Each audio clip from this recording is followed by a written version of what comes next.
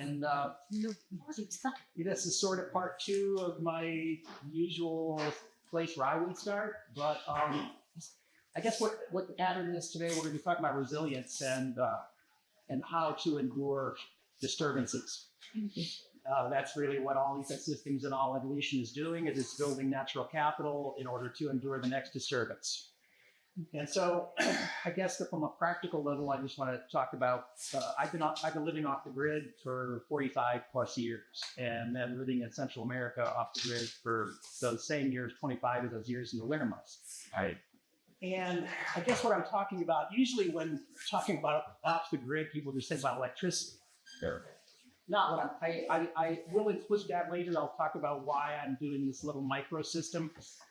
Because of what this work I'm doing in inner cities and with young people who don't have a clear pathway to land, and just the cost that they're paying back on student loans or other debt, and they're overwhelmed. And most people are overwhelmed for a whole bunch of reasons. And the next talk I'll go into a little bit more about that and what to do about it and what is really going on there. So I guess the pattern here we're talking about is going from every other day going shopping and getting our stuff. You guys know this piece, I think, pretty well, of like growing a lot of food for it could be fuel, it could be anything that's in abundance when it is in abundance, and then storing and saving that for when it's not in abundance. And if you think about like this marketing system we have of a few people growing food, it's like 1.5% of the people are farming or something. I work with organic farmers also for the last 55 years doing organic certification, and a lot of Amish farmers. I live with the Mayan people and have a very different perspective about what we're doing in terms of economics. So my take on economics is not to be growing things for money. That does happen, and I started that way. I moved away from it for a whole bunch of reasons. Started doing farmers markets, and then I felt like I was competing with my neighbors, and then got into larger contract growing of organic food for baby food companies, and that seemed cool for a little bit. But then I watched a truckload of winter squash going to New England from Ohio with 10,000 pounds of squash. And like, that's mostly water, it's diesel fuel, all in it. I could get that whole truckload into a box this big in the form of seeds, and send those seeds out to people to grow where they're going to eat them, and take away all that, the packaging, the travel, the loss of nutrition, and all that stuff, right? So. And then I thought, I could train people to grow seeds, and the point is I keep trying to put myself out of business. I'm not really interested in this. My inverted take on economics is that I looked not very far out of high school and said, I'm going to make all these bills go away methodically one by one. Rent. Well, I'll talk about that tomorrow, about the land trust model and how to get past the banks and the corporations in 5 years for us with 10 people and so forth. So I'll go into that detail tomorrow. So the rent went away, and then I moved straight into the woods for 10 years with electricity, running water, and fun to get my overhead so low that I could pay off the land, right? And so in those years, I was drilling wells and developing springs and planting nut trees and fruit trees and building ponds. So eventually, as I got to building more of a home, it's like $100 shack and a teepee for a while. And those were important. Those were important years because I was studying wildlife biology, and I was immersing myself in the forest with the bird calls, with the animal tracks, and natural history, because it's part of what I wanted to do, and it put me in total prime for what I was to experience in Central America, where I was like this weird guy that lived in the woods for up here in this culture, but down there it's like, wow, everybody lives this way. It's like I fit in way better there than I did up here by a long shot. So the idea here is that there's always abundance of everything. Right now, there's probably numbers coming in from the solar panels into the generator, for example.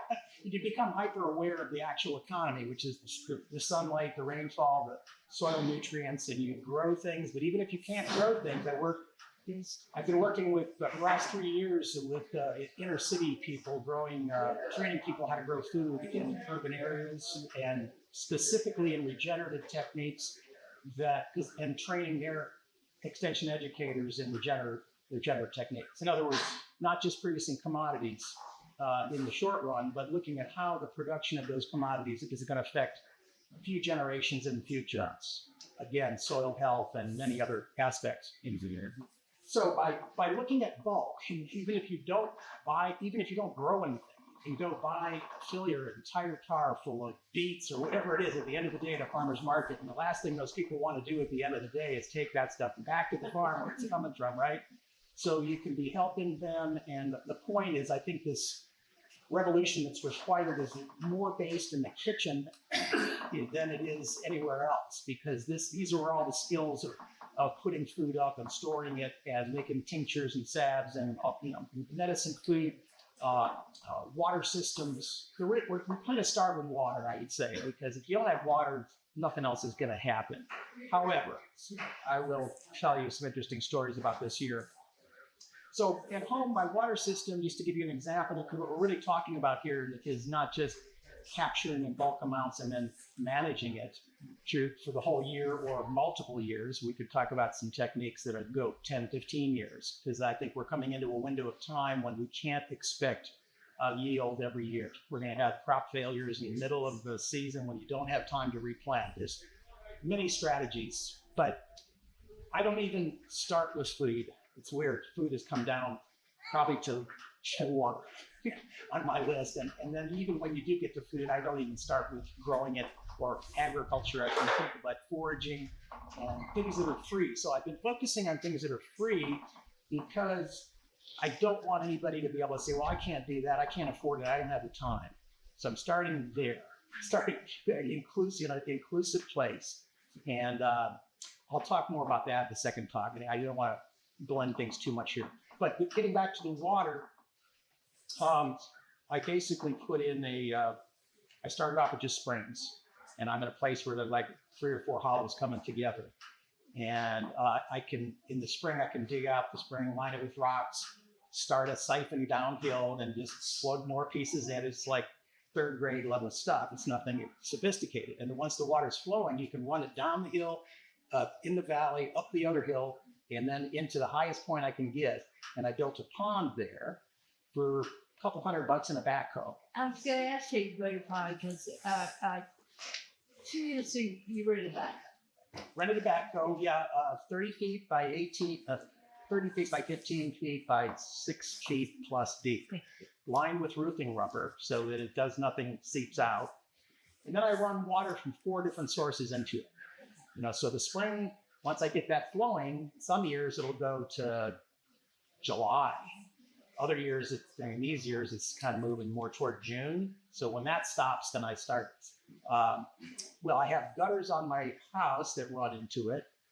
And then I have a well, and I've got a timer with a very slow pump, like a 12-hour timer. So I'm just like looking at my level of things and because I have a cistern for the house, the drinking water and all the house water, pressurized water. And so the cistern is for that I can pump to the pond or the cistern, and I have a secondary pump for pressuring that. So I pump from the well if I want to, and that's mostly for drinking in the cistern. I can put it in the pond. Mostly what I do is I have a little Japanese pump. It's incredibly efficient. I can put 20 to 30 gallons a minute into the pond from the creek. So I got creeks, running parallel to my place, south facing slope, all forested in all directions, straight up on the north and the south. And then the sun comes through that valley in kind of just the right way. It still doesn't have as much sun as a lot of places, and that's a limiting factor sometimes. So because of the 4 different systems, I have never even come close to running out of water. And even this year in a drought that's worse than anything in the 100 years of record keeping in Southern Ohio, I've been able to pump water out of the creek pools. They're basically it's like a well, because it's not flowing, the creek's not flowing, but the pools are filling back up as I pump it out. And I've been able to right through the summer, water the whole garden and everything else. And then I'll talk about this more later too, but where I live is basically a 240-acre community land trust with 5-acre homesteads. We're owners, but we rent the land lease the land back to ourselves for life, and then it goes back to a trust when we die or leave. Right. I'll get into the detail with that later. So we have these 5-acre home site with gardens and fruit trees and orchards and bees and all that stuff, intensive things, mushrooms. I do a lot of stuff in woods too, with medicinals. I work with the United Plant Savers, which is a conservation, medicinal plant conservation organization. And so I'm very interested in looking at the economic value of forests beyond board feet of lumber. So non-timber forest products, medicinals, mushrooms, maple syrup, on and on. And so I do a lot of work with, it corresponds with the work I was doing in the tropics with chocolate and coffee and ginger and understory crops there with a 100-foot canopy and all those crops underneath of it, right? So what you have to do is you thin that understory to open up some light and some air movement to get around disease issues. And it's the same thing for ginseng and golden seal and so forth. It would be for chocolate. So a similar kind of management. When you're thinning, in those situations, you're generating a huge amount of wood. And so I heat with wood, but we talked about biochar with some folks yesterday, but I do a lot with biochar. And by the way, we're doing a workshop in about 10 days in Yellow Springs, Ohio, very deep dive into biochar for anybody who's interested. If there's flyers around, remind me or ask me if you want information on that. So the other piece about water gets into a bit about what Dan, I've been working with Dan for quite a while and running a chapter of the Deep Bionutrient Food Association in Ohio, the only chapter, and looking at mineral depots and other services to the local folks, and then getting together and talking about people's perceptions of nutrient density. And I kind of simplify things down for people, and to me it gets into the next talk again, which is our nervous system is capable of way more than all the gadgetry that we'll ever come up with by far. And the average cow has more sophistication than the average person these days, just because we've really dumbed down the parts of our brain and heart and gut and the way that all boots up to be able to taste things and know what we're tasting, and to observe things, look at the pigmentation, look at the shelf life, look at the insect and disease resistance. And when those things start going away, when the insects and disease start going away, you're onto something. So I do a lot of work with these volcanic paramagnetic minerals, which are incredible in terms of what they bring to the table for the microbial soil life, which I agree is kind of the bottom line. But I'm also looking at metrics that are we might not understand if we're only thinking about feeding ourselves. The bird populations are critical. They're dropping. They've dropped 70% probably worldwide in the last 30, 40 years even. Insect populations, same way. Pollinators, they're hand pollinating pear trees in China now. It has an economic extra cost because of exterminating the pollinator, right? So these things have economic issues. These ecological services that if we don't measure them as part of our economic system, then we pay the price deeply later. So I'm into the long haul. I'm not against capitalism, but the only reason I say that is because I'm more for 1,000 to 5,000 year, maximum profit capitalism system. So if you gut your system in 5 to 20 years and you've got hundreds of years of poverty, you're not getting ahead with that's just bullshit. So there's caveats to all of this, and I think we have to salvage these ideas. We've got to go back and look at what is democracy. We don't have democracy, and that's another completely different discussion. Right. So beyond water, we would look at, I'd say food. It depends if what time of year it is and whether you got your shelter together. But building materials are also coming out of these landscapes. I'm very interested in managing, especially since my experience in Central America, where when I got there, I'd say 95+% of the population was farmed. And not just farms. They know the bush. The ethnobotanical knowledge is extraordinary. And that just blew my mind, because I was studying plant biology and philosophy and anthropology and wildlife biology. And so these things are massive in our long-term resilience when things break down. And usually the conversation about things breaking down kind of goes to, scary and prepping and, all that kind of stuff. And that's not really where I'm coming from. I'm interested in succeeding and helping people and health and quality. So if you unpack the word quality, way beyond the conversation of measuring nutrients, there's a thing about quality that has to do with our relationship to the whole system, right? You can't buy that quality for any amount of money.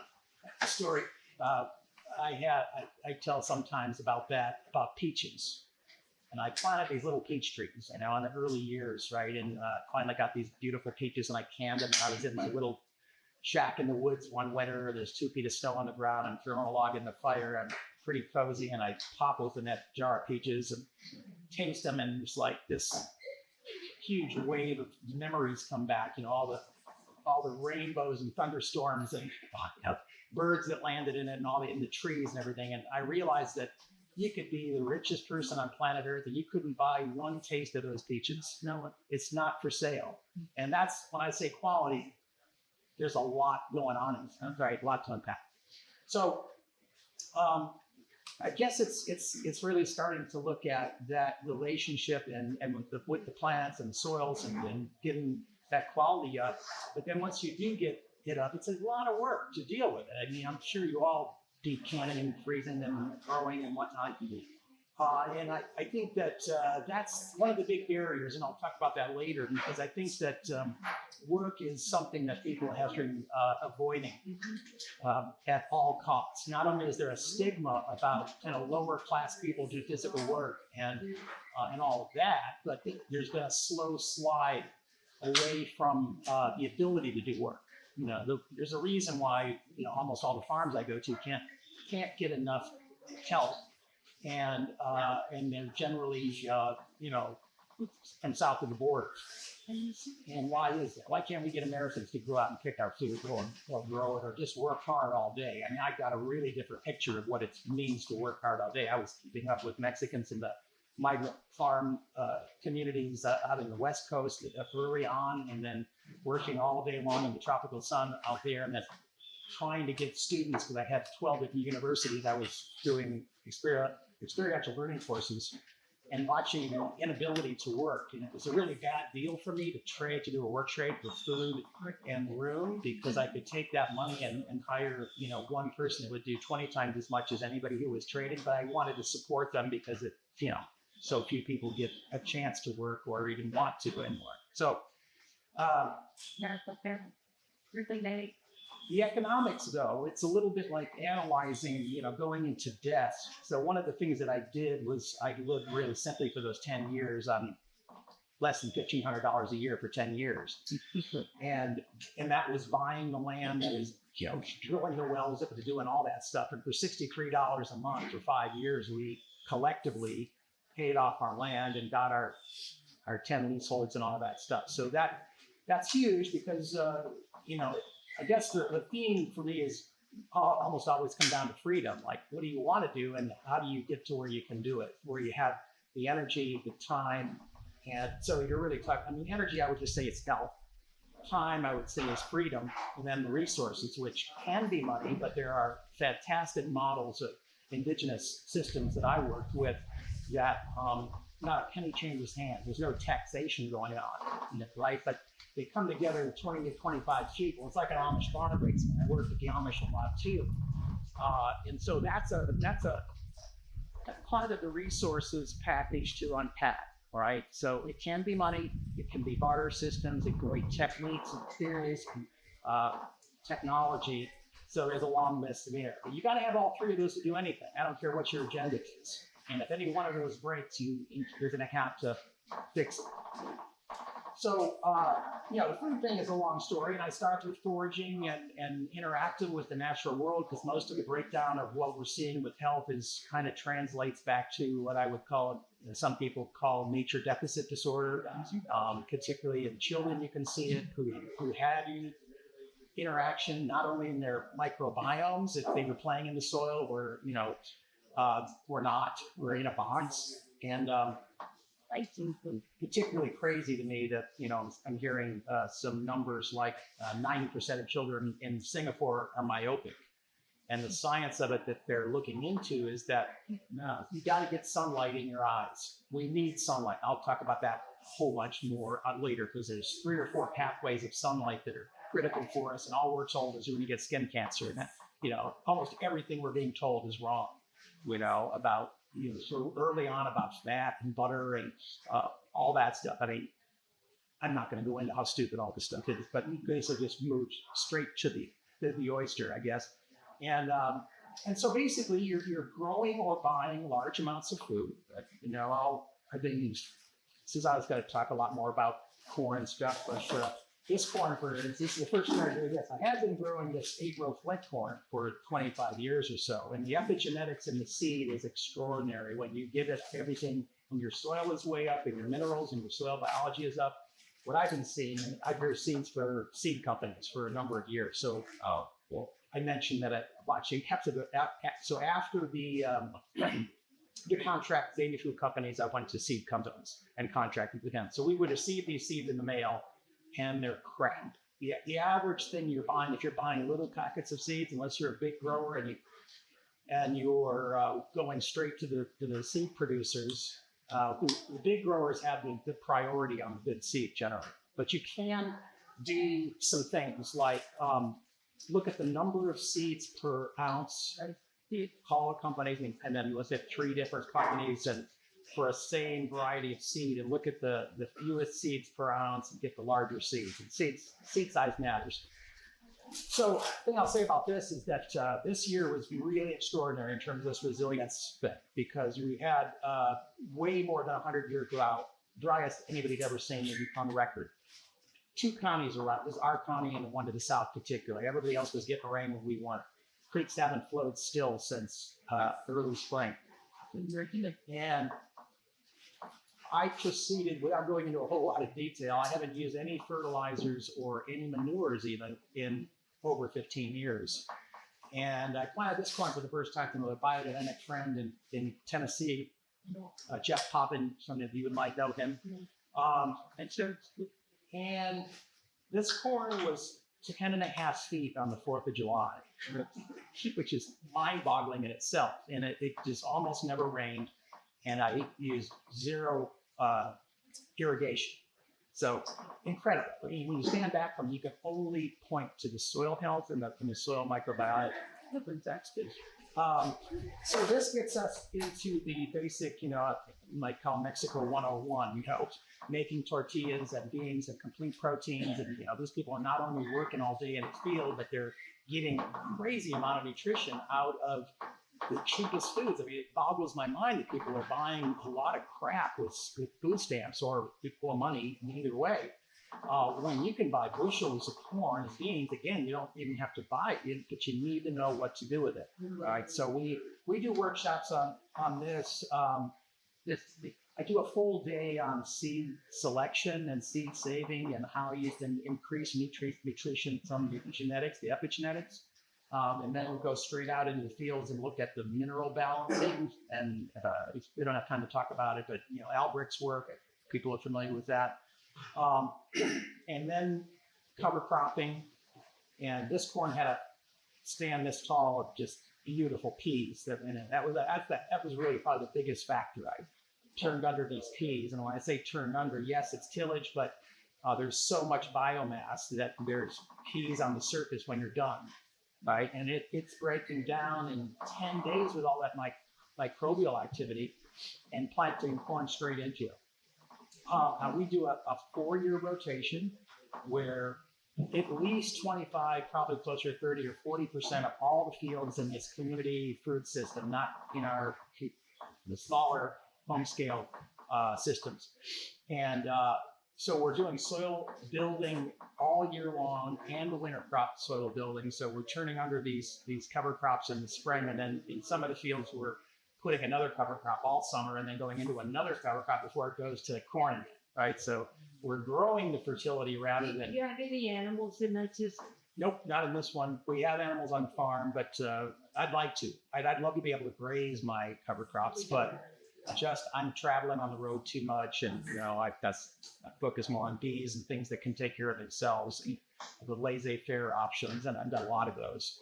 But so we do a corn, bean, squash, and so I grew these. Actually, I got these bean juices out of this spring at the Cumberland Seed Commons, gathering, the Cherokee last night at the exchange, we had them on the table, and I still have more if people want them. But unbelievable. They grew, again, no irrigation, all the way to the top of the 12-foot corn, as many as 1,600 seeds from one a day. And so we are real resilience in the worst drought you've ever seen. And then the other thing I got is squash, popcorns and squash. These are actually small ones, but I can grow about 2,000 pounds of squash with as little as 30 minutes of time in the system. So the way it basically works, and maybe I'm getting off topic, but on the third cultivation, two of us do wheel hose down these 200-foot rows of this corn. And on the last cultivation, we undersow red clover. So by the time we pick this corn, we've got a nice stand of red clover underneath of it. And that goes over the winter. And the next spring, I plant squash. And I used to till the clover all the way under. I stopped doing that. I just do one strip every 15 feet and push, 2 minutes, push 2 rows of these down that, and that eats up the whole tilt strip. And then right before it gets the clover that is next to it, which is living root adding ethnobotany. People probably know that a significant amount of liquid carbon pathway is coming through these plants. It took me a long time to understand that.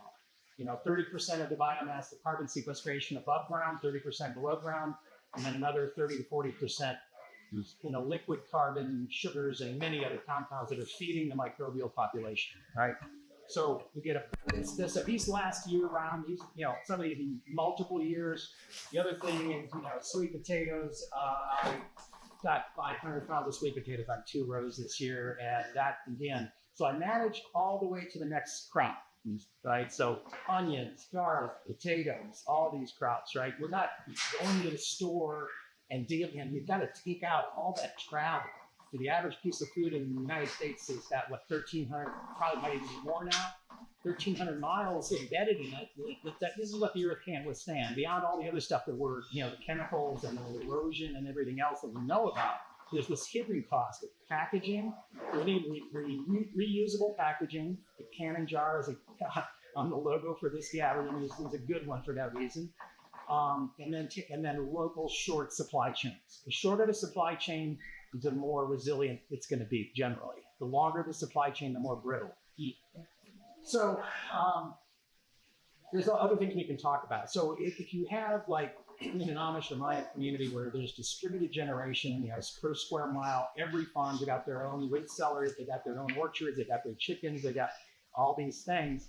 There's resilience in that, because if something happens to one particular farm or a tornado hits it or whatever, then you got all these people around you that can fill that in, right? So that's part of the resilience package. Unfortunately, so much of our present system is dependent on electricity.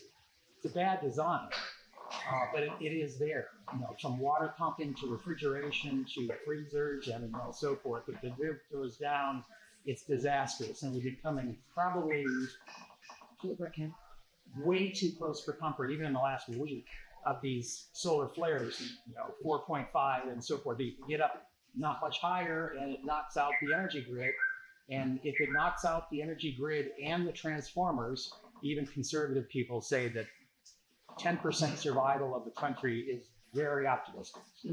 So we need to have backup systems. There's all sorts of strategies, and again, avoiding the paranoia of that. It's not paranoia because it's true, but still, here is feeding into the cortisol cycle, and it's not doing us any good. So you want to have backup systems. You want to have as resilient of a system designed to begin with, and then have backup systems when that fails, and ideally more than one. It sounds crazy because, an economic model will be redundant. Redundant as a negativity, but redundancy is actually a very resilient thing when things go wrong, right? So one of the reasons I got into some of this new stuff, and I'll explain this in a minute, but what I'm doing is putting together, and I had planned on setting this tent out here. This is a Norwegian hot tent. It's a setup for bats,